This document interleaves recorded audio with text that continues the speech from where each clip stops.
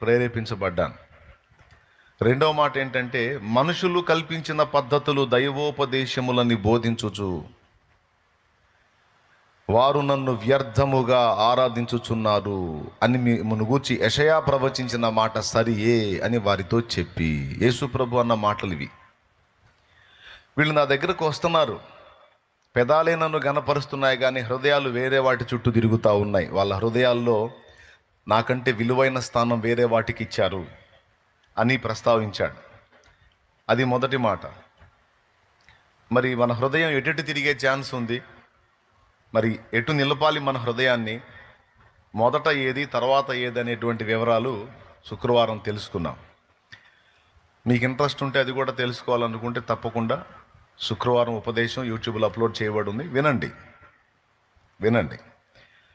ఇప్పుడు మనుషులు కల్పించిన పద్ధతులు దైవోపదేశములని బోధించుచు విశ్వసించుచు, అంటే బోధించేవాడు బోధిస్తుంటే నమ్మేవాడు నమ్మి నన్ను వ్యర్థంగా ఆరాధిస్తున్నారు అన్నాడు.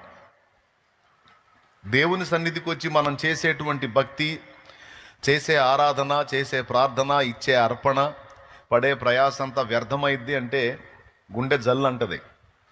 ఎందుకంటే మన ప్రయాస ఫలించాలని ఆశపడతాం కానీ వ్యర్థం అవ్వాలని ఆశించాం.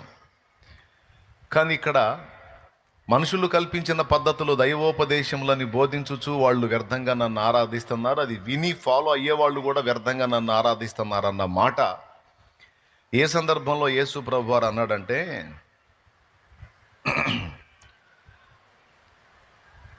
యేసు ప్రభు దగ్గరికి ఈ శాస్త్రులు పరిసయ్యులు వచ్చారు. ఒకసారి, నీ శిష్యులు చేతులు కడుక్కొనకుండా భోజనం చేయుచున్నారే, వారెందు నిమిత్తము పెద్దల పారంపర్యాచారమును అతిక్రమించుచున్నారని అడిగారు.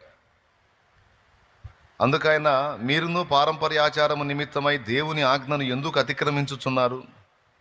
తల్లిదండ్రులను ఘనపరచమనియు తండ్రినైనను తల్లినైనను దూషించువాడు తప్పక మరణము పొందవలననియు దేవుడు సెలవిచ్చాను. మీరైతే ఒకడు తన తండ్రినైనను తల్లినైనను చూచి, నా వలన నీకేది ప్రయోజనమగునో అది దేవార్పితమని చెప్పిన ఎడల అతడు తన తండ్రినైనను తల్లినైనను ఘనపరచనక్కరలేదని చెప్పుచున్నారు. మీరు మీ పారంపర్య ఆచారము నిమిత్తము దేవుని వాక్యమును నిరర్ధకము చేయుచున్నారు అని వేషధారుల